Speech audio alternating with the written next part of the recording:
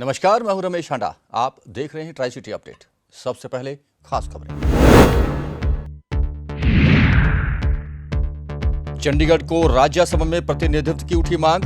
नगर निगम की सदन की बैठक में पारित हुआ प्रस्ताव।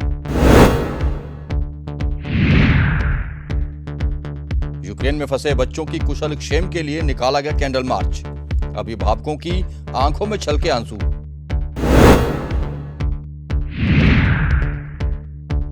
और महाशिवरात्रि की तैयारियां पूरी, दुल्हन की तरह सजा सकेतड़ी मंदिर। चंडीगढ़ में एमपी की एक सीट है, यानी कि चंडीगढ़ से सांसद चुनकर संसद में जाता है। लेकिन अब चंडीगढ़ को राज्यसभा में भी प्रतिनिधित्व देने की मांग उठने लगी है। इसी बात को लेकर सांसद मनीष तिवारी कई बार चर्चा कर चुके हैं। इसी मुद्दे को लेकर चंडीगढ़ की नगर निगम में भी यह मुद्दा उठा, जिसका प्रस्ताव सर्वसम्मति से पास कर दिया गया। अब यह प्रस्ताव प्रशासक के पास जाएगा, जिसके बाद यह प्रस्ताव केंद्र को भेजा जाएगा।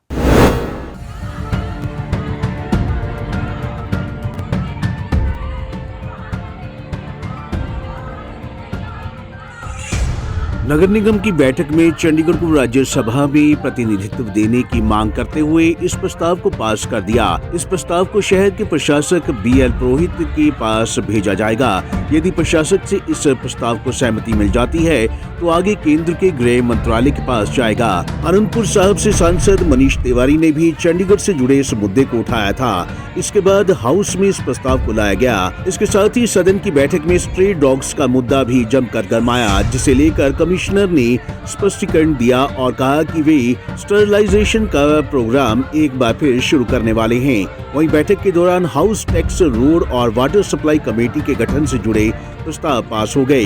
रायपुर कला में 3.79 करोड़ रुपए की लागत से बनने वाले पशु अस्पताल की बिल्डिंग के निर्माण, गौशाला के निर्माण आदि प्रस्ताव भी पास हुए। इसके अलावा चंडीगढ़ नगर निगम गार्बेज फ्री सिटी के लिए 5 स्टार रेटिंग घोषित करने का भी प्रस्ताव पास हो गया। नगर निगम में ठेके पर 112 कर्मचारियों को रखने का प्रस्ताव भी पास किया।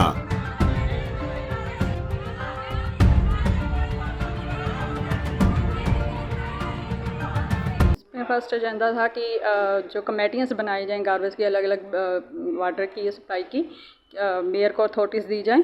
और फिर गौशाला पर था, और फिर डॉग शेड्स पर था, और उसके बाद की 5 रेटिंग शहर के लिए इस पर था। रोड्स की जो हालात है चंडीगढ़ में बद से बदतर होती जा रही है, उस पर कुछ एजेंडा कोई रोड्स के लिए मैम ने जैसे कहा कि उनके वार्ड्स के काउंसलर के साथ सारे ऑफिसर्स की मीटिंग्स बुलाई जाएंगी, और जो भी उनकी ठीक होएगा, ब्लैक लिस्ट जो भी नहीं मतलब काम कर रहा है उनके पर सख्त कार्रवाई की जाएगी। दूसरा में पार्क्स की जो हालात है, कई सेक्टर्स में तो बहुत अच्छे पार्क्स बनाए गए हैं, पर कई सेक्टर्स में ऐसी हालात बनाई गई है पार्क्स की कि उसमें जाने को भी दिल नहीं करता लोगों का। उसके बारे में थोड़ा सा कुछ गाइडलाइंस दी गई है कमिश्नर की तरफ से, आपकी तरफ से? सर यही है कि वही उनको सामने मीटिंग करके, ताकि काउंसलर्स को ज़्यादा पता है कि उस एरिया का क्या प्रॉब्लम है क्या नहीं है, ऑफिसर्स के साथ मीटिंग करवा के जो भी ठीक होगा वो करेंगे। आपको बता दें कि बैठक के दौरान शहर में पानी के बिल बढ़ाने का मुद्दा भी छाया रहा। इस दौरान आम आदमी पार्टी ने भाजपा शासित नगर निगम पर सवाल उठाए, जहां मेयर ने पानी के रेट नहीं बढ़ाने का आश्वासन दिया। पंजाब केसरी टीवी के लिए चंडीगढ़ से भगवत सिंह की रिपोर्ट। चंडीगढ़ नगर निगम द्वारा सफाई में कोताही बरतने वाले छोटे यूनिट्स वालों को चेताया गया था, लेकिन बावजूद इसके उन्हें कोई परवाह नहीं हुई, जिसके बाद नगर निगम की टीम ने आज मनी माजरा में रेड करके वहां एक बेकरी का चालान काट दिया। बेकरी में सफाई व्यवस्था का बुरा हाल था। काम कर रहे वर्कर पूरी तरह से ड्रेसअप नहीं थे, जिसे लेकर नगर निगम के इंस्पेक्टर ने यह चालान काटा और चेतावनी दी है कि अगर भविष्य में फिर कभी इस तरह के हालात देखने को मिले तो सख्त कार्रवाई की जाएगी। इको सिख द्वारा पंजाब और भारत के अन्य हिस्सों में 400 गुरु नानक पवित्र वन स्थापित किए गए हैं। वाशिंगटन स्थित पर्यावरण संगठन इको सिख और उसके Indian chapter Eco Sikh charitable society ने इस संबंध में 3 साल में किए गए प्रयासों की एक सूची जारी की है। इन वनों में लगाए गए सभी स्थानों और प्रकार के वृक्षों का विवरण देते हुए एक रिपोर्ट भी जारी की गई है। इसके अलावा चंडीगढ़ प्रेस क्लब में पंजाबी में वन निर्माण पर A to Z ट्यूटोरियल जारी किया गया। डॉक्टर राजवंत सिंह इको सिख संस्थापक और ग्लोबल प्रेसिडेंट ने कहा कि पवित्र वन परियोजना गुरु नानक की 550वीं जयंती मनाने और जलवायु परिवर्तन के प्रभावों को कम करने के लिए शुरू की गई थी। ਅੱਜ ਜਿਹੜਾ ਈਕੋ ਸਿੱਖ ਵੱਲੋਂ ਪੰਜਾਬ ਦੇ ਵਿੱਚ ਜਿਹੜੇ 400 ਜੰਗਲ ਲਗਾਏ ਗਏ ਨੇ ਉਹਦੀ ਜਿਹੜੀ ਰਿਪੋਰਟ ਅਸੀਂ ਰਿਲੀਜ਼ ਕੀਤੀ ਹੈ। 36 ਮਹੀਨਿਆਂ ਦੇ ਵਿੱਚ 400 ਜੰਗਲ, ਜਿਹਦੇ ਵਿੱਚ 2,20,000 ਉਹ ਰੁੱਖ ਲਗਾਏ ਗਏ ਨੇ ਜਿਹੜੇ ਕਿ ਬਹੁਤੇ ਅਲੋਪ ਹੋ ਚੁੱਕੇ ਨੇ, ਕਈ ਤਾਂ ਬਿਲਕੁਲ ਇੱਥੋਂ ਖਤਮ ਹੋ ਚੁੱਕੇ ਨੇ। ਉਹਨਾਂ ਬੀਜਾਂ ਨੂੰ ਅਸੀਂ ਬਾਹਰੋਂ ਲਿਆ ਕੇ ਉਹ ਸਾਰੇ ਰੁੱਖ ਮੁੜ ਸੁਰਜੀਤ ਕੀਤੇ ਨੇ ਤੇ ਉਹ ਥਾਂ ਦੇ ਉੱਤੇ ਹੁਣ ਇਹਨਾਂ ਨੂੰ ਤੁਸੀਂ ਗੂਗਲ ਮੈਪਸ ਦੇ ਵਿੱਚ ਵੀ ਦੇਖ ਸਕਦੇ ਹੋ। ਜਿੱਥੇ ਕਿਤੇ ਵੀ ਗੂਗਲ ਕਰੋਗੇ ਗੁਰੂ ਨਾਨਕ ਪਵਿੱਤਰ ਜੰਗਲ, ਤੁਹਾਨੂੰ ਪੰਜਾਬ ਦੀ ਧਰਤੀ ਦੇ ਉੱਤੇ ਹਰ ਥਾਂ ਦੇ ਉੱਤੇ ਉਹ ਜਿਹੜੇ ਸਿਤਾਰੇ ਤੁਹਾਨੂੰ ਨਜ਼ਰ ਆਉਣਗੇ। ਇਹ ਆਪਣੇ ਆਪ 'ਚ ਬਹੁਤ ਵੱਡੀ ਅਕੰਪਲਿਸ਼ਮੈਂਟ ਹੈ। ਇਹਨਾਂ ਜੰਗਲਾਂ ਦੇ ਵਿੱਚ ਪੰਜਾਬ ਦੇ ਜਿਹੜੇ ਪੰਛੀ ਨੇ, ਜਿਹੜੇ ਬਹੁਤੇ ਅਲੋਪ ਹੋ ਚੁੱਕੇ ਨੇ, ਤੁਹਾਨੂੰ ਕਦੇ ਨਜ਼ਰ ਨਹੀਂ ਆਉਂਦੇ, ਉਹ ਸਾਰੇ ਹੁਣ ਵਾਪਸ ਆਉਣੇ ਸ਼ੁਰੂ ਹੋ ਗਏ ਨੇ। ਇੱਥੋਂ ਦੇ ਜਿਹੜੇ ਤਿਤਲੀਆਂ ਨੇ, ਭੌਰੇ ਨੇ, ਭਮੱਕੜ ਨੇ, ਉਹ ਸਾਰੇ ਇਸ ਧਰਤੀ ਨੂੰ ਹੋਰ ਸੁਰਜੀਤ ਕਰਨ ਲਈ ਤਿਆਰ ਹੋ ਗਏ ਨੇ। ਇਹਨਾਂ ਜੰਗਲਾਂ ਦੇ ਵਿੱਚ ਮੁੜ ਸੁਰਜੀਤ ਹੋ ਗਏ ਨੇ। ਅਸੀਂ ਇਹ ਜਿਹੜੀ 36 ਮਹੀਨਿਆਂ ਦੀ ਰਿਪੋਰਟ ਅੱਜ ਰਿਲੀਜ਼ ਕੀਤੀ ਹੈ। ਇਸ ਰਿਪੋਰਟ ਦੇ ਵਿੱਚ ਹਰ ਥਾਂ ਦੇ ਜਿੱਥੇ ਜੰਗਲ ਲੱਗਿਆ ਤੇ ਕਿਹੜੇ ਡਿਸਟ੍ਰਿਕਟ ਦੇ ਵਿੱਚ ਹੈ, ਕਿਹੜੇ ਪਿੰਡ ਦੇ ਵਿੱਚ ਹੈ, ਉਹਦੀ ਰਿਪੋਰਟ ਰਿਲੀਜ਼ ਕੀਤੀ ਹੈ। ਤੇ ਨਾਲ ਅਸੀਂ ਦੱਸਣਾ ਚਾਹੁੰਦੇ ਹਾਂ ਕਿ ਇਹਨਾਂ ਜੰਗਲ ਲਗਾਉਣ ਦੀ ਜਿਹੜੀ ਵਿਧੀ ਹੈ, ਜਿਹੜੀ ਕਿ ਅਸੀਂ ਇਹ ਫੋਰੈਸਟ ਦੇ ਨਾਲ ਰਲ ਕੇ ਉਹਨਾਂ ਤੋਂ ਟ੍ਰੇਨਿੰਗ ਲੈ ਕੇ ਇਹ ਪੰਜਾਬ ਦੇ ਵਿੱਚ ਪਹਿਲੀ ਵਾਰ ਅਸੀਂ ਲੈ ਕੇ ਆਏ ਸੀਗੇ ਅੱਜ ਤੋਂ 36 ਮਹੀਨੇ ਪਹਿਲਾਂ। ਉਹਦਾ ਇੱਕ ਟਿਊਟੋਰੀਅਲ ਵੀਡੀਓ, ਉਹਦੀ ਇੱਕ ਵਿਧੀ ਕਿਸ ਤਰ੍ਹਾਂ ਲਗਾਇਆ ਜਾ ਸਕਦਾ ਜੰਗਲ, ਉਹ ਅਸੀਂ ਵੀਡੀਓ ਰਿਲੀਜ਼ ਕੀਤੀ ਹੈ ਅੱਜ। ਤੇ ਹੁਣ ਇਹ ਕੰਮ ਹਰ ਪੰਜਾਬੀ, ਹਰ ਹਿੰਦੁਸਤਾਨੀ, ਹਰ ਦੁਨੀਆ ਦਾ ਇਹ ਵਸਨੀਕ ਇਸ ਜੰਗਲ ਦੀ ਟੈਕਨੀਕ ਸਿੱਖ ਕੇ ਥਾਂ ਦੇ ਉੱਤੇ ਜੰਗਲ ਲਗਾ ਸਕਦਾ ਹੈ। ਤੇ ਸਾਨੂੰ ਇਸ ਗੱਲ ਦੀ ਵੀ ਬੜੀ ਖੁਸ਼ੀ ਹੈ ਕਿ ਇਸ ਕੰਮ ਨੂੰ ਦੇਖ ਕੇ ਹਿੰਦੁਸਤਾਨ ਦੇ ਜਿਹੜੇ ਸਭ ਤੋਂ ਟੌਪ ਦੇ ਪਾਲਿਸੀ ਮੇਕਰ ਨੇ, ਅਮਿਤਾਭ ਕਾਂਤ ਜੀ ਨੇ ਵੀ ਸਾਨੂੰ ਆਪਣੇ ਆਫਿਸ 'ਚ ਬੁਲਾ ਕੇ ਇਸ ਵਿਧੀ ਬਾਰੇ ਜਾਣਕਾਰੀ ਲਈ ਤੇ ਇੰਡੀਆ ਦੇ ਜਿੰਨੇ ਟੌਪ ਪਾਲਿਸੀ ਮੇਕਰਸ ਨੂੰ ਇਹ ਹਦਾਇਤ ਦਿੱਤੀ ਹੈ ਵੀ ਇਸ ਕੰਮ ਨੂੰ ਅਸੀਂ ਅੱਗੇ ਤੋਰਨਾ ਹੈ ਤੇ ਵੱਧ ਤੋਂ ਵੱਧ ਦੁਨੀਆ, ਖਾਸ ਕਰਕੇ ਹਿੰਦੁਸਤਾਨ ਦੇ ਵਿੱਚ ਇਹਨਾਂ ਜੰਗਲਾਂ ਨੂੰ ਅਸੀਂ ਲਗਾਉਣ ਦਾ ਜਿਹੜਾ ਕੰਮ ਹੈ ਉਹਨੂੰ ਅਸੀਂ ਲਗਾਉਣ ਲਈ ਤਿਆਰ ਹਾਂ। ਤੇ ਜੇ ਸਾਨੂੰ ਇਹ ਚੈਲੰਜ ਦਿੱਤਾ ਜਾਂਦਾ ਕਿ ਜੀ ਇੱਥੇ 1 ਬਿਲੀਅਨ ਟਰੀਜ਼ ਲਗਾਉਣੇ ਚਾਹੀਦੇ ਨੇ ਤੇ ਭੈਣ ਜੀ ਨੇ ਕਿਹਾ ਕਿ 10 ਮਿਲੀਅਨ ਰੁੱਖ ਲਗਾਉਣੇ ਚਾਹੀਦੇ ਨੇ, ਅਸੀਂ ਤਿਆਰ ਹਾਂ। ਈਕੋ ਸਿੱਖ ਦੀ ਟੀਮ ਤਿਆਰ ਹੈ। ਕਿਉਂ ਜੀ? ਇਹ ਤੁਸੀਂ ਦੇਖ ਸਕਦੇ ਹੋ ਪੰਜਾਬ ਦੇ ਨੌਜਵਾਨ ਨੇ ਜਿਨ੍ਹਾਂ ਨੇ ਇਹ ਫੋਰੈਸਟ ਲਗਾਉਣ ਦੀ ਸਾਰੀ ਵਿਧੀ ਸਿੱਖ ਕੇ ਅੱਜ 25 ਤੋਂ ਵੱਧ ਜਿਹੜੇ ਨੌਜਵਾਨ ਇਸ ਵੇਲੇ ਇਹਨਾਂ ਨੂੰ ਇੰਪਲੋਇਮੈਂਟ ਮਿਲੀ ਹੈ। ਇਹ ਕੰਮ ਕਰਦੇ ਨੇ, ਨਾਲ ਪੁੰਨ ਨਾਲੇ ਫਲੀਆਂ ਇਹ ਜੰਗਲ ਲਗਾ ਰਹੇ ਨੇ, ਥਾਂ ਦੇ ਉੱਤੇ ਹਰਿਆਲੀ ਤੇ ਖੁਸ਼ੀਆਂ ਵੰਡ ਰਹੇ ਨੇ। ਇਸ ਤੋਂ ਵਧੀਆ ਹੋਰ ਗੱਲ ਕੀ ਹੋ ਸਕਦੀ ਹੈ?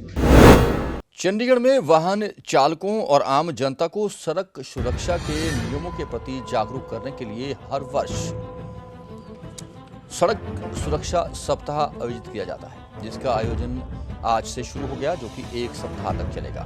इस आयोजन का उद्घाटन किया एसपी सिटी केतन बंसल ने कहा कि लोगों को इस मौके पर जागरूक किया जाएगा कि सड़क पर चलते वक्त किन किन नियमों की पालना करें।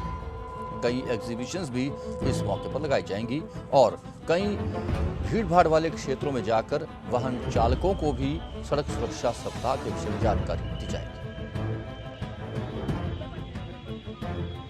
हो सिर ते ना हेलमेट पाउण कुड़ियां, चुन्नी नाल मुखड़ा लकाउण कुड़ियां, एक्टिवा बड़ा ही भजाउण कुड़ियां, ओ डाकू बन आउण कुड़ियां, सिर वज्जिया ते होश ही उड जाने, ओ की बन कुड़ियां दा जे ना हेलमेट सिर ते ना पाने, की बन कुड़ियां दा सच्चे पातशाह वाहेगुरु जाने, की बन कुड़ियां दा जे ना हेलमेट सिर ते ना पाने, की बन कुड़ियां दा।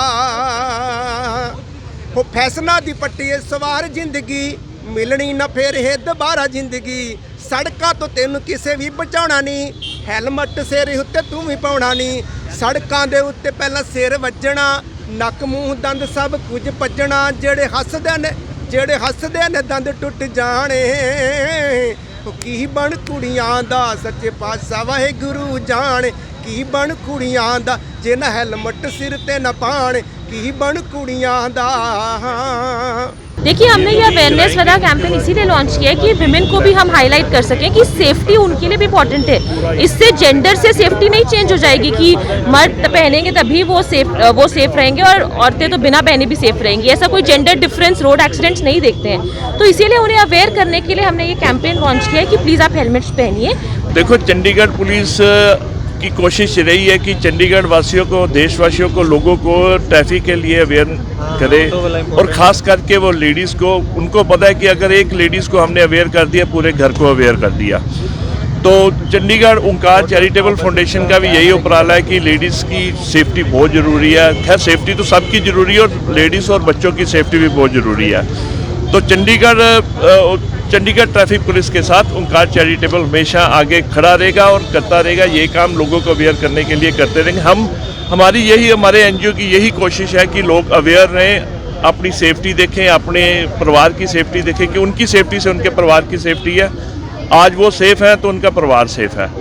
तो यही कोशिश, यही उपराला ओंकार चैरिटेबल फाउंडेशन का हमेशा रहेगा। पंचकुला के बरवाला क्षेत्र में पड़ते जलोली टोल प्लाजा के आसपास रहने वाले 10 किलोमीटर एरिया के लोगों को कांग्रेस ने समर्थन दिया है। इस संबंध में कांग्रेस का प्रतिनिधिमंडल पंचकुला के डीसी से मिला और उन्हें ज्ञापन सौंपा। ज्ञापन में मांग की गई है कि जलोली टोल प्लाजा के 10 किलोमीटर के इलाके में रहने वाले लोगों को टोल प्लाजा में छूट दी जानी चाहिए। हमने ये मांग रखी है कि ये जो टोल प्लाजा है नियमों के खिलाफ है, वायोलेशन ऑफ द एक्ट है, इसको तुरंत प्रभाव से यहाँ से हटा देना चाहिए। काफ़ी लंबे समय से ग्रामीण भी इसका विरोध कर रहे थे, लेकिन प्रशासन उनकी बिल्कुल जायज मांग है। हम कोर्ट में भी जाएंगे, गडकरी साहब से भी मिलेंगे, हम कोई कसर नहीं छोड़ेंगे, इसको हटा के दम लेंगे। तो आज का ज्ञापन किसके नाम है? गडकरी जी का नाम थ्रू डीसी और जल्दी प्रोग्राम लेंगे गडकरी जी और चंद्रमोहन जी, उसको मिल के बरवाला का जो टोल प्लाजा है उसको हटाने के लिए ज्ञापन दिया है। लोग बहुत परेशान हैं और 10 किलोमीटर के दायरे में ही ये होना चाहिए, तो इसलिए इसको हटाने के लिए हमने ज्ञापन दिया है कि यहाँ पे राज्यपाल जी को दिया जाए। तो लोग भी काफ़ी समय से विरोध कर रहे थे, लोगों की सुनवाई नहीं हो रही है, क्या मानते हैं आपको? ये देखिए, ये सरकार आम जनता की तो सुनती ही नहीं है ना। आम जनता के तो हमेशा ही जो कुछ होता रहे उनका कोई परवाह नहीं है, अपने ही जो असूल हैं, अपने कानून उन पे थोपने का काम कर रही है। ये जलौली हमारा टोल प्लाजा मेरे वार्ड नंबर 20 में पड़ता है। फर्स्ट ऑफ ऑल तो हमारी यही डिमांड है कि जो हमारा NHI का एक्ट जो कहता है कि हमारी म्यूनसिपल लिमिट से 10 किलोमीटर बाहर ये होना चाहिए। पहली तो हमारी डिमांड यही है कि इसको 10 किलोमीटर बाहर म्यूनसिपल लिमिट से किया जाए। अदरवाइज़ इतना नहीं किया जाता तो हमारी, जैसा कि आपने देखा, हमारी कल भी एक वहाँ पे बहुत बड़ी महापंचायत है और उसके पहले हम 23 फरवरी को भी वहाँ इकट्ठे हुए थे और कल हमारी एक वहाँ पे कमेटी भी बनी जिस कमेटी का मैं भी मेंबर हूँ। हम यही डिमांड कर रहे हैं कि जो 10 किलोमीटर का एरिया है, जैसे हमारे कई गांव हैं, हमारा मट्टावाड़ा, कोट, दबकौरी, बेड़, कनौली, अब उनकी वहाँ पे मंडी भी बरवाड़ा में है और उनका जिस छोटी छोटी चीज़ों के लिए लेने के लिए भी हमें बरवाड़ा बाज़ार में जाना पड़ता है। अब अगर एक छोटी सी चीज़ लेने के लिए भी हमें जाना पड़ता है तो 180 रुपये का टोल हर नागरिक को वहाँ पे कटवाना पड़ रहा है। हमारी सरकार से यही डिमांड है कि इसको टोल को या तो यहाँ से पहले तो शिफ्ट किया जाए, इतना शिफ्ट नहीं किया जाता तो कम से कम इसमें 10 किलोमीटर का एरिया जो है वो फ्री किया जाए। उसके लिए हमारा अनिश्चितकालीन धरना भी वहाँ पे चल रहा है, जिसमें रात भी हमारे कुछ साथी वहाँ पे रुके हुए हैं, रात के भी, आज भी हमारा धरना, और इतना यहाँ हमें ये रिलैक्सेशन नहीं मिलती, हमारा धरना भी वो शुरू रहेगा। और रही बात पार्टी की, पार्टी ने बहुत मजबूती के साथ चंद्रमोहन जी के, भाई प्रदीप चौधरी जी के नेतृत्व में और सारे हमारे जितने कांग्रेस के कार्यकर्तागण हैं, इन्होंने ये बहुत बढ़िया एक आवाज़ बुलंद की है कि हम सारी कांग्रेस पार्टी लोगों के साथ है और लोगों की भलाई के लिए हम इसको टोल को फ्री करवा के ही रहेंगे। यूक्रेन में काफ़ी संख्या में भारतीय स्टूडेंट फंसे हुए हैं, जिनके कुशल क्षेम के लिए चंडीगढ़ वासियों ने कैंडल मार्च निकाला। कैंडल मार्च में कई पेरेंट्स भी थे जिनके बच्चे यूक्रेन में फंसे हुए हैं। उन्होंने मोमबत्तियां जलाकर भगवान से कामना की कि उनके बच्चों को सकुशल वापस भेजा जाए। इस मौके पर परिजनों की आंखों में आंसू तक छलक आए। मेरे दोनों बच्चे, मेरा बेटा और मेरी बेटी दोनों फंसे हुए हैं खारकिव में।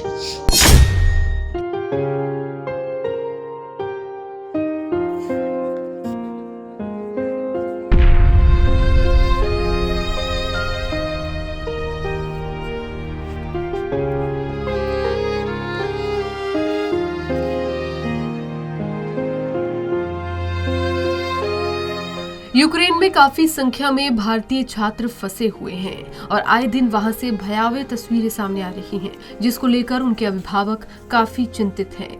यूक्रेन में फंसे छात्रों को जल्द से जल्द निकाला जाए, इस मांग को लेकर माता पिता और उनके भाई बहनों द्वारा सुखना लेक पर कैंडल मार्च निकाला गया।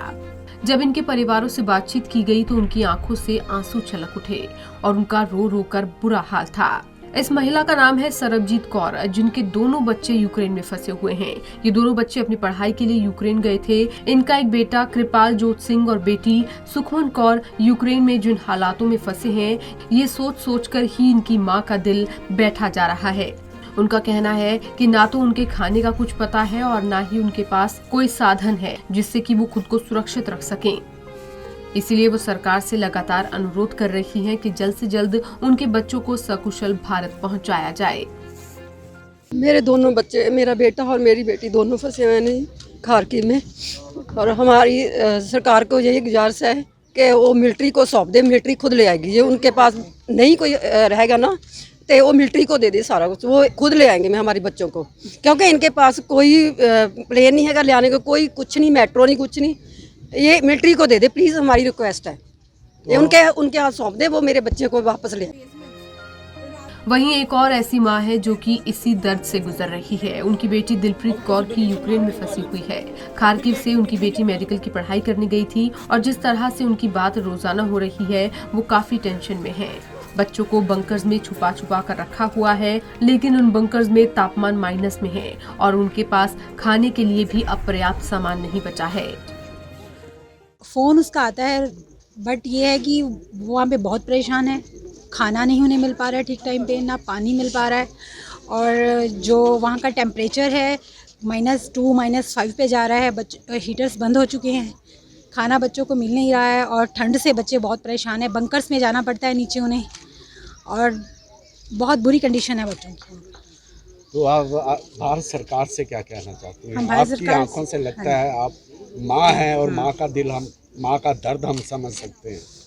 एक्चुअली मैं भारत सरकार से ये कहना चाहती हूँ कि मैं एक अपनी डॉटर के लिए नहीं, मैं सब बच्चों के लिए, जो भी बच्चे वहाँ पर हैं, सबको जल्द से जल्द उनके घर पहुँचाया जाए। बस कि जो जितने भी बच्चे खार्किव में जो बच्चे अभी हैं, उनके लिए बहुत ज़्यादा क्राइसिस चल रहे हैं। ना उनको ठीक से कुछ मिल पा रहा है, ना वो कुछ खा पा रहे हैं। मेंटली वो अपसेट हैं, डिप्रेशन में आ चुके हैं कई बच्चे।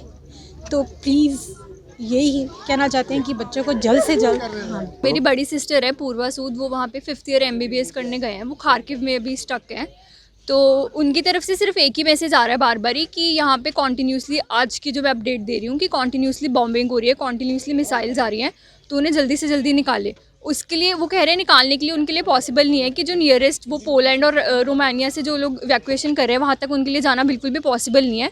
जो उनके लिए नियरेस्ट बॉर्डर है वो रशिया का बॉर्डर है, और वो सिर्फ 40 किलोमीटर्स दूर है खार्किव से। तो वो लोग कह रहे हैं कि वो लोग वहाँ तक मैनेज कर सकते हैं। वहाँ तक अगर हमारी इंडियन गवर्नमेंट रशिया बॉर्डर के थ्रू उनको इवैक्यूएट कर सके तो वो भी पॉसिबल हो सकता है, एक पॉसिबिलिटी है, क्योंकि इंडिया के रिलेशन रशिया के साथ अच्छे ही हैं। तो अगर रशियन एम्बेसी के साथ मिलके वो लोग उनको इवैक्यूएट करवा सके तो फिर ये एक पॉसिबल वे दिख रहा है उन लोगों को। ये हमारे दोस्त अभी यूक्रेन में फंसे हुए हैं ऑन द ईस्ट साइड। वहाँ से कोई इवैक्यूएशन के प्लान्स नहीं है अभी तक, और उनको कोई एम्बेसी की हेल्प भी नहीं जा रही है। सारे एम्बेसी वाले सर्कुलर्स में यही कहा गया है कि उन्हें वेट करने को बोला गया है, और वहाँ पे उनके पास अभी पानी, खाना, पैसे, सब चीज़ की कमी हो रखी है। हमारे साथ वो हर रोज़ बात करते हैं। ये इतना है कि उनके पास इंटरनेट है। अभी जिस हिसाब से वॉर जितना बढ़ी जा रहा है वहाँ पे, आई डोंट थिंक इंटरनेट भी इतना भी पहुँच पाएगा उन्हें आफ्टर तो कुछ दिनों के बाद। तो वी रिक्वेस्ट यू, आप प्लीज़ उनकी हेल्प करिए जिस तरीके से भी आप हेल्प कर सकते हैं। ये हमारा प्रदर्शन आज सिर्फ गवर्नमेंट को और प्रेशराइज करने के लिए है। ये परिवार लगातार सरकार से अनुरोध कर रहे हैं कि उनके बच्चों को जल्द से जल्द यूक्रेन से निकालकर भारत वापस लाया जाए। पंजाब के टीवी के लिए चंडीगढ़ से भगवत सिंह की रिपोर्ट। महाशिवरात्रि का पर्व 1 मार्च यानी कि कल मनाया जाएगा, जिसके लेकर तैयारियां पूरी हो चुकी हैं। शोभा यात्राएं निकाली जा रही हैं, मंदिरों को सजाया जा रहा है और मुख्य रूप से उत्तरी भारत में महत्व रखने वाले सकेतड़ी मंदिर को दुल्हन की तरह सजा दिया गया है, जहां अभी से ही श्रद्धालुओं की लाइन लगने लगी है। आइए देखते हैं रिपोर्ट।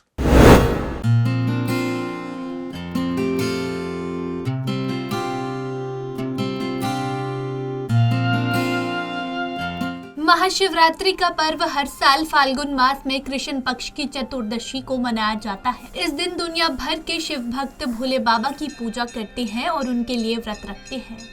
इस साल महाशिवरात्रि 1 मार्च यानी मंगलवार को मनाई जाएगी। शिव भक्तों के लिए ये एक बड़ा त्योहार है जिसे वे पूरी श्रद्धा भाव और उल्लास के साथ मनाते हैं। शिवरात्रि पर्व पर मुख्य आकर्षण का केंद्र पंचकुला का सकेतड़ी मंदिर रहता है, जहां एक सप्ताह पहले से मेले की तैयारियां चल रही है। बाजार सज चुके हैं और कांवड़िए भोलेनाथ के जयकारों के बीच हरिद्वार से गंगा जल लेकर सकेतड़ी पहुंचने लगे हैं, तो कोई दंडवत कर भगवान शिव को नमन करने यहां पहुंच रहा है। शिवरात्रि के लिए पूरे मंदिर परिसर को दुल्हन की तरह सजाया जा रहा है। पूरे मंदिर को रंग बिरंगी लाइटों से सजाया गया है, जिसके बाद रात को मंदिर का भव्य रूप देखने को मिल रहा है। मंदिर आयोजक ने बताया कि मंदिर परिसर में सुरक्षा के पुख्ता इंतजाम किए गए हैं, जिसके लिए मंदिर में पुलिस सहायता केंद्र स्थापित किया गया है, जो डायरेक्ट पुलिस क्वार्टर में कंट्रोल रूम से कनेक्टेड होगा। मंदिर में 25 सीसीटीवी कैमरा लगाए गए हैं। पुलिस के जवानों के अलावा मंदिर में ट्रस्ट के 1200 सेवादार भी नियुक्त किए जाएंगे, जो भीड़ को नियंत्रित करेंगे। पूरे जोर शोर से तैयारियां हो रही हैं। पिछली बार कोविड की वजह से कुछ लोगों की भावनाएं अधूरी रह गई थी, क्योंकि बहुत रिस्ट्रिक्शन थी। इस बार गवर्नमेंट की तरफ से कोई रिस्ट्रिक्शन नहीं है, इसलिए बहुत ही जनता उत्साहित है। सुरक्षा के लिए डीसीपी साहब खुद विजिट कर चुके हैं और उन्होंने पूरी एश्योरेंस दी है कि सुरक्षा की पूरी सुरक्षा दी जाएगी, क्योंकि हर साल की तरह उनके बिना हमारा कोई भी फंक्शन कामयाब नहीं होता है और उनका बड़ा सहयोग है हमारे साथ। सरकार, प्रशासन, वाटर सप्लाई, इलेक्ट्रिसिटी, रोड, हर प्रशासन का हर आदमी इस वक्त कंधे से कंधा मिला के शिवरात्रि की तैयारी में लगा हुआ है। शिवरात्रि का पर्व दुनिया भर के शिव भक्तों के लिए किसी बड़े जश्न से कम नहीं है। ये भगवान शिव और माता पार्वती के मिलन का पर्व है, जिसे दुनिया भर में बड़े श्रद्धा भाव और उल्लास के साथ मनाया जाता है। ऐसी मान्यता है कि इस दिन भगवान शिव की पूजा करने से सभी मनोकामनाएं पूरी होती है और मनचाहे फल की प्राप्ति होती है। शिव भक्त सुबह सुबह नहाकर मंदिर चले जाते हैं और भोले बाबा का अभिषेक करते हैं। बहरहाल अब कल शिव मंदिरों में भक्तों का तांता देखने लायक होगा। पंजाब केसरी टीवी के लिए कुलदीप कुमार की रिपोर्ट। और अब कोरोना अपडेट। ट्राई सिटी में कोरोना के गुजरे 24 घंटों में मात्र 18 मरीज सामने आए और किसी की भी मौत की सूचना नहीं थी। चंडीगढ़ में 8, पंचकुला में 7 और मोहाली में 3 नए मामले सामने आए हैं। अब चंडीगढ़ में 155, पंचकुला में 42 और मोहाली में 112 ही एक्टिव मरीज बचे। और मौसम। ट्राई सिटी में गुजरे 24 घंटों में अधिकतम तापमान 23 डिग्री सेल्सियस और न्यूनतम तापमान 9.1 डिग्री सेल्सियस रिकॉर्ड किया गया। मौसम में नमी की मात्रा 55% रही। आने वाले 24 घंटों में मौसम विभाग से मिली जानकारी के अनुसार मौसम साफ रहेगा और तापमान 2 से 3 डिग्री तक बढ़ सकता है, लेकिन रात के तापमान में कोई खास अंतर नहीं आएगा।